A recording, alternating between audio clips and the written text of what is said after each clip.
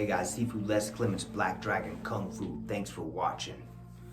So this video is going to be about mala beads, Tibetan mala beads, and chanting eternal Om. Okay, so the beads are for practicing thought control. The red, like we've seen with our Kung Fu weapons, represents blood in the case of the weapons, and red tricks the eye at high speeds with the tassels, right? And the horse's hair on the spear. However, in meditation with the beads, the red tassel represents life, energy, chi, breathing in the power of the sun. Okay? So the beads are for keeping control, keeping track of the breath, and for chanting. So they'll push the beads when they're breathing for practicing thought control. So they'll start with one bead and they'll push each bead with their eyes closed each time, and they'll chant when they push it. Different chants, of course, but every time they do that, they try to breathe deeper and deeper until they go through all 108. And it takes a while to go through 108 deep breaths with chanting. It's gonna be at least an hour and 20 minutes, maybe, if you're thorough. So the idea of the beads is excellent tool for thought control, because remember, we have our pebble in front of us. We're focusing on the pebble, breathing in through the nose, out through the mouth. The pebble is 3 or 4 feet in front of you on the floor. Your eyes are open. You know the breath, focusing just on the pebble and the breath. In through the nose. Every time a thought comes in, when you catch it, tell yourself, thinking, right back to the breath.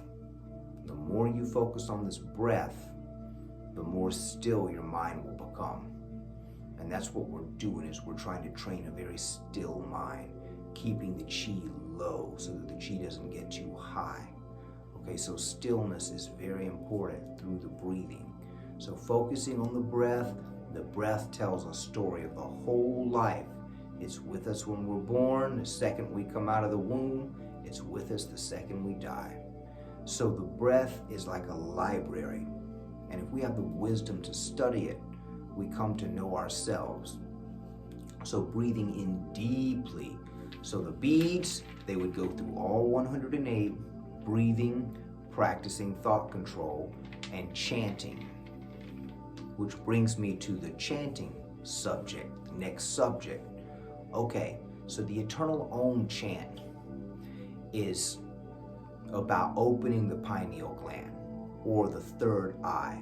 You hear that term as well. Opening of the third eye. So it's the resonance of the sound that allows the pineal gland to grow and to be stimulated. The pineal gland in many people is dormant. However, there's many new techniques that are being used by a lot of people for the practice of decalcification of the pineal gland.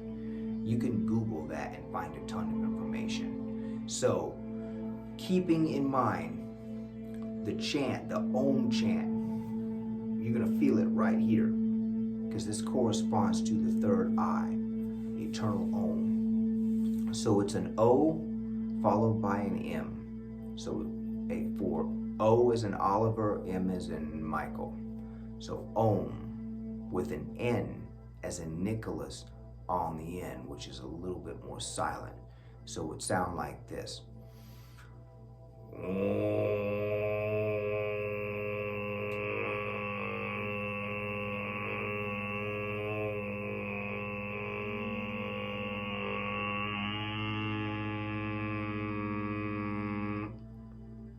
See how it drags on the end a little bit? Om. So the more you practice it, the more you build up a resonance. And if you're doing it in the same place every time, like a star chamber or your secret room, your private room, the energy is building up in there. Eternal Om, right? So you'll hear the Tibetan monks do it sometimes. It's even lower. It sounds like this.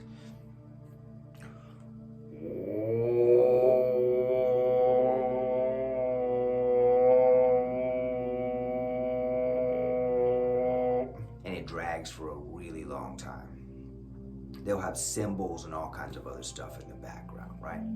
So then there's also higher sounds with crane. So to train the crane sound, it's not an om chant, but it is a sound that practice. So I have not had a student yet get this sound. I've been trying to teach it for years. I've never had another student get it. I'm hoping for it. I've got some working on it. But this is the sound for crane.